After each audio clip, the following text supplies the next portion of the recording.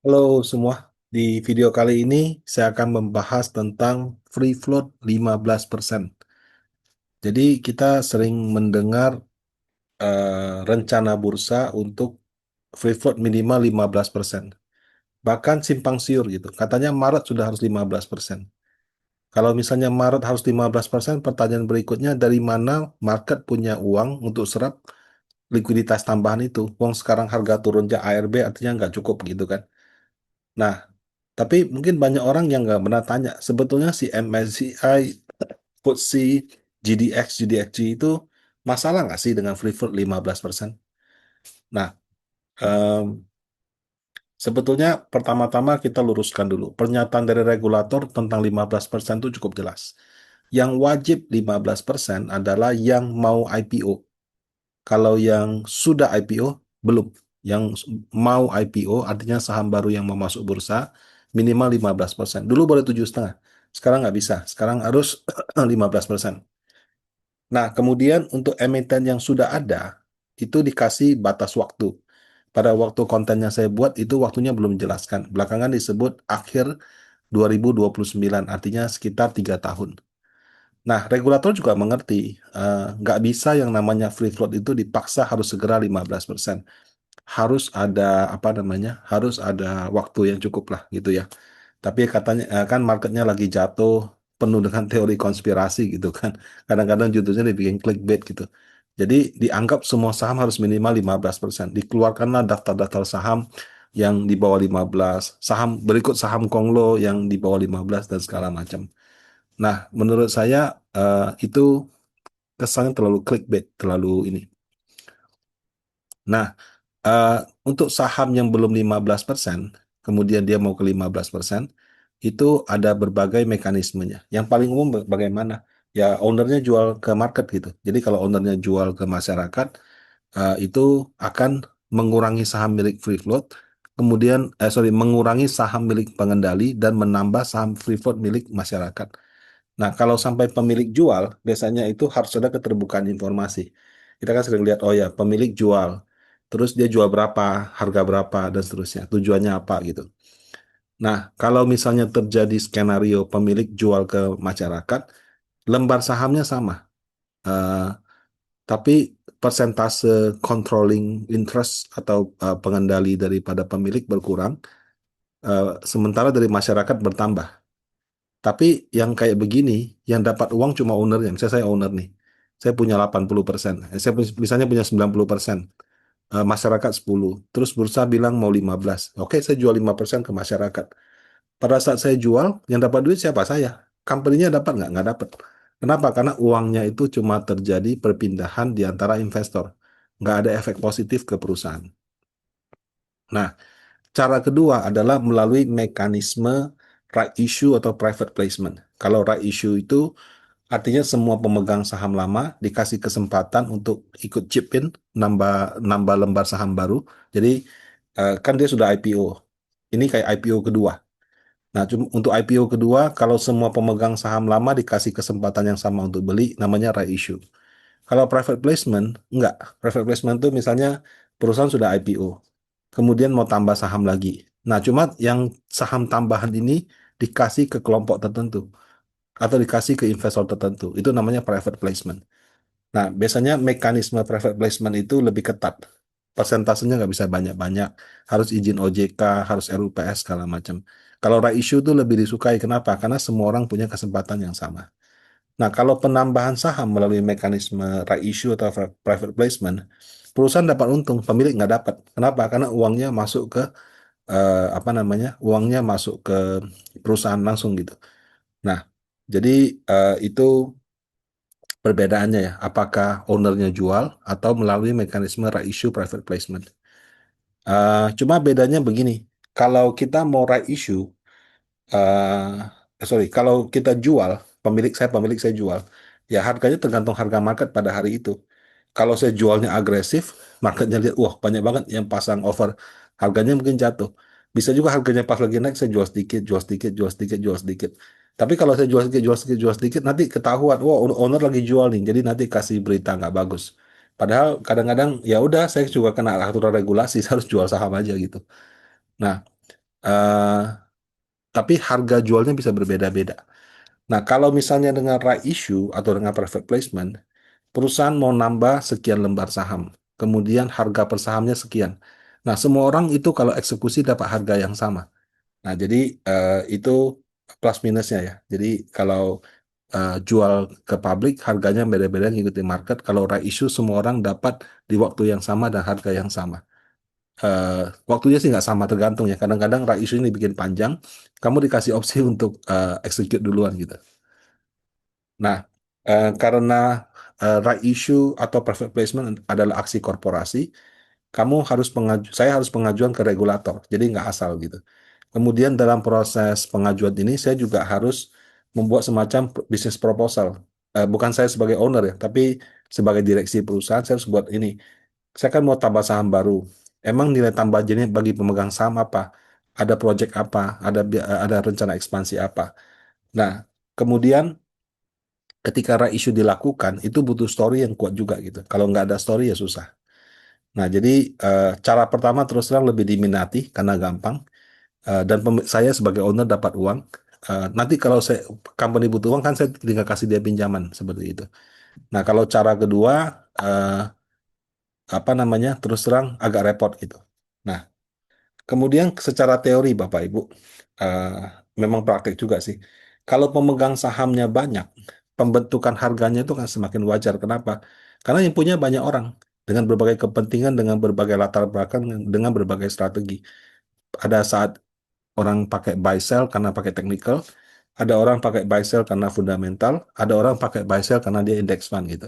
Nah, jadi campur aduk semua di dalam satu market sehingga harga beli harga jual itu adalah harga beli harga jual yang terjadi karena kita semua eh, mengambil keputusan berdasarkan masing-masing. Nah, kalau misalnya free floatnya sedikit, pemiliknya sedikit, saya bisa janjian. Oh, nanti A, B, C, kalian pegang barang paling banyak kan? Kita sama-sama push harga di ke atas ya. Nah, itu bisa seperti itu. Tapi kalau pemiliknya banyak, banyak sekali bahkan, kalau kayak Bank BCA itu, wah itu sudah global fund, apa dana abadinya Norwegia itu udah punya semua. Eh, Ketika ada orang jual dalam jumlah banyak, mereka akan melihat, wah ini kesempatan nih, saya bisa beli di bawah. Atau ketika ada orang push harga ke atas, yang punya barang dia bisa buang juga di market. Jadi eh, orang untuk goreng harga ataupun banting harga itu nggak bisa seenaknya dia tentukan. Nah, tapi kalau pemilik sedikit, likuiditas juga kurang, ya rawan digoreng gitu. Nah, jadi memang dengan free float yang semakin besar, itu akan menambah transparansi dan juga menambah kewajaran harga suatu saham. Di mata investor global, makin besar floatnya, makin baik. Gitu. Nah, tapi kalau yang senang saham Konglo mungkin berpikir sebaliknya. Wah, kalau pemiliknya banyak, susah digorengnya. Kenapa? Karena mau tarik harga ke atas, itu takutnya tiba-tiba ada pihak lain yang bukan gengnya tuh jual gitu. Nah, jadi eh, apa namanya? eh, Ya nggak semua orang akan tentu senang dengan opsi itu. Ini di luar bisa diserap apa tidak gitu ya. Nah, menjadi masalah waktu itu bagi MSCI adalah eh, orang-orang yang senang harganya pemiliknya sedikit karena bisa di-push ke atas, mau exit di Global Fund. Caranya bagaimana? Push dia masuk ke MSCI, push dia masuk ke FTSE gitu. Nah, itu yang menjadi masalah. Nah, sekarang pertanyaannya, oke ya, di mata Global Index Provider, apakah mereka itu masalah sahamnya free float di bawah 15%? Terus terang dari dokumen yang saya baca ya, dari MSCI, FTSE ataupun GDX, tidak ada kalimat di dalam buku tersebut yang mewajibkan free float minimal 15%. Saham yang free floatnya di bawah 15 tetap boleh masuk. Hanya saja kalau free floatnya di bawah angka tertentu, itu ada semacam kriteria tambahan. Nah, jadi kalau untuk MSCI, sorry, mereka untuk masuk ke dalam MSCI-nya itu ada hitung-hitungannya. Dia punya full market cap mesti berapa, free float market cap mesti berapa, transaksi mesti berapa, return mesti berapa, dan seterusnya gitu. Nah, kalau kategori free float market cap, artinya persentase free float dikalikan dengan total market caps-nya. Dapatlah free float market caps. Nah, dalam konteks MSCI, apabila suatu saham free floatnya di bawah 15%, misalnya nih, kalau mau masuk ke MSCI harus minimal 10 T gitu. Nah, itu jadi 1,8 kali, jadi 18 T. Jadi ketika market capsnya, sorry, free floatnya di bawah 15%, maka untuk masuk ke dalam MSCI, kriteria seleksinya dikali 1,8. Nah, tapi kalau dia punya free float di atas 15, ya nggak ada masalah. Nah, itu. Jadi eh, di MSCI itu tidak anti free float di bawah 15%, tapi kalau seandainya di bawah 15%, maka harus kali 1,8. Nah, sehingga dia punya standar untuk masuk jadi lebih tinggi. Nah, kalau FTSE malah jauh lebih longgar ya. FTSE itu malah cuma 5%. Jadi kalau 9%, 12% nggak apa-apa. Nah, cuma kalau si FTSE dia punya free float di bawah 5% masih boleh masuk. Cuma cut off-nya dikali 10. Jadi kalau misalnya untuk masuk ke dalam FTSE itu minimum free float market cap katakan 10 T. Kalau dia punya free float di bawah 5%, maka jadi 100 T gitu. Nah, jadi eh, itu berbeda. Nah, cuma memang cut off-nya MSCI sama FTSE itu berbeda total. Itu dua dua cara yang kalau saya baca dokumennya itu benar-benar dua cara yang nggak berkaitan satu sama lain begitu. Cara ngitungnya juga agak beda. Nah, kemudian ada GDX ini khusus yang emas. Nah, yang emas sama perak, sorry ya. Nah, ini dia punya vendor itu namanya Market Factor, itu kayak new kid in the block ya. Jadi anak baru di penyedia indeks. Cuma mereka punya eh, ETF yang goldnya itu lagi laris-laris sekali gitu. Nah, kalau di dokumennya mereka dia cantumkan minimum 10%. Jadi kalau saham dengan free float di bawah 10% nggak bisa masuk indeks. Nah, ini satu-satunya yang mencantumkan minimum 10% dan ditaruh dalam dokumennya. Nah, tapi ketentuan untuk masuknya itu juga berbeda dengan si siapa namanya si MSCI dan FTSE. Tapi 15% nggak ada angka itu. Dan kalau dari tiga ini berarti 15% juga bukan angka mati gitu. Nah, itu dari sisi persyaratan. Bagaimana dengan rata-rata market sejenis gitu? Nah, berdasarkan studi MSCI 2023, rata-rata free float dari emerging market itu di 46%. Ya, jadi ini data 2023. Jadi anggota MSCI yang masuk develop tuh 63%. Nah, kalau kita memang mau masuk ke develop market itu harus di 63. Indonesia belum nyampe gitu. Indonesia yang blue chip 45-an. Kalau yang konglo-konglo itu malah cuma belasan seperti itu. Nah, Frontier 44, Standalone 47. Nah, kalau yang tahun lalu masuk itu kan ada brand 12,29.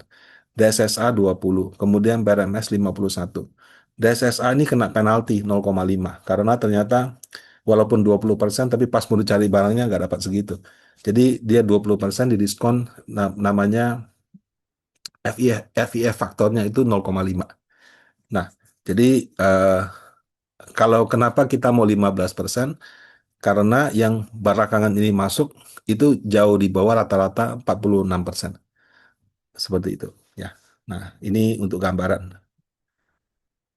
Nah, eh, kalau kita lihat ya, itu kan yang sudah masuk.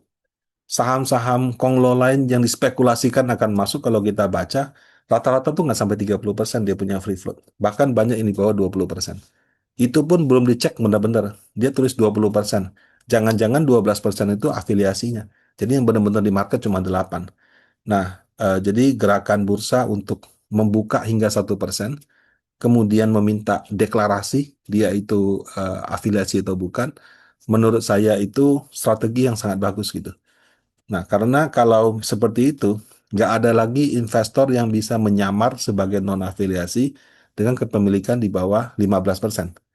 Nah, tapi sorry, di bawah 5%. Tapi terus terang free float murni 15% ini bukan untuk masuk ke indeks global, tapi supaya pembentukan harganya lebih transaksi dan itu lebih wajar.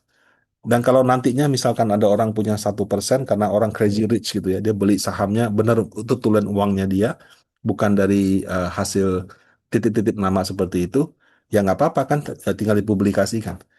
Tapi memang untuk sampai di situ, pembersihan data free float mesti jalan dulu. Jadi eh, bukan di 15%-nya, Tapi dibuka dulu nih, angka-angka yang sekarang ada tuh sebetulnya berapa persen aslinya. Setelah itu baru minimal 15%. Nah, itu menurut saya baru langkah yang bagus. Eh, Pada saat saya buat konten ini tanggal 2 Februari, itu terus terang yang turun tuh saham-saham Konglo. Blue chip malah masih konsisten dan masih ada yang naik. Jadi selama kalau kita lihat ya, kayaknya dengan adanya keterbukaan data free float ini untuk sementara marketnya itu akan dari saham Konglo balik ke saham fundamental lagi. Kalau balik ke saham fundamental berarti kita mungkin harus lebih banyak balik lagi belajar tentang fundamental. Nah, eh, demikian pembahasan saya kali ini. Semoga bermanfaat. Terima kasih.